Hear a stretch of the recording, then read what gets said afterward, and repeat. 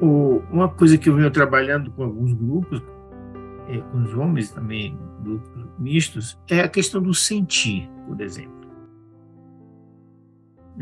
O sentir é algo que é proibido para os homens, em primeiro lugar, ou melhor dizer, o sentir, não, a expressão do sentir é negada, é proibida para os homens, sob acusação séria. Esse é o ponto de reflexão nosso, né, tanto para as mulheres como para os homens. Como a gente pode incluir o sentir e aprender a se mover nesse campo a partir do sentir. Não dos conceitos, não das frases feitas, não dos modelos. A gente estava conversando, eu ainda conversando um pouco aí atrás, essa civilização mais ou menos que a gente conhece tem 2000 anos, pelo menos. Eu lembrei que nesse momento na Terra tem 9 bilhões de seres humanos. Metade tem 4 milhões e meio de homens, 4 milhões e meio de mulheres. Cada lugar desse com seus costumes, seus modelos de masculino, seu modelo de feminino. E o modelo de masculino e feminino que a gente vive aqui é um modelo masculino, não posso dizer, de classe média. Nada errado, nada contra. Mas é um modelo muito bem formatado. Ainda estava falando um pouco sobre a trajetória da relação homens e mulheres, né? Enquanto polaridades, a gente sabe que o masculino, a energia masculina se move para fora, o feminino se move para dentro para receber, e aí sempre esse jogo de atração e repulsão que vai fazer a coisa se mover entre nós, né? Estou falando assim por alto para a gente começar a esquentar um pouco. Pelo menos parece que a gente conseguiu chegar a um ponto de foco aqui, né? Você está falando desse modelo da classe média, mas isso apareceu nos últimos 500 anos, né? A classe média apareceu há cento e poucos anos. Tem uns 500 anos que nós temos vindo construindo um modelo cultural com papéis muito definidos, com papéis definidos. A gente não nasce com esses papéis. Um ser humano, quando nasce, ele nem sabe que nasceu. Ele leva aí alguns meses para tomar posse desse corpo e alguns anos para ir se organizando.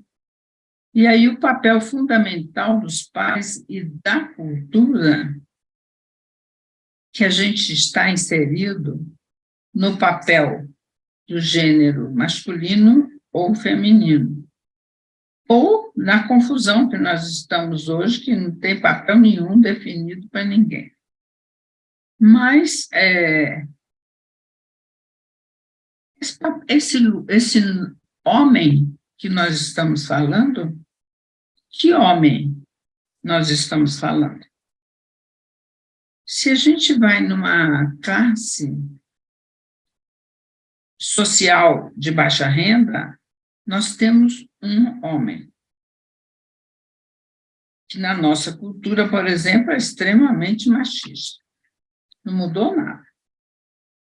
Eu moro no interior de Minas e olho em volta assim, é impressionante o lugar que a mulher ocupa. Elas se colocam nesse lugar, elas nem sabem que podem sair daí. E quando a gente fala, elas ficam surpresas, olhando para a gente como se eu estivesse falando uma coisa assim, não, isso aí que ela está falando não é possível, né? Então, nós temos esse homem.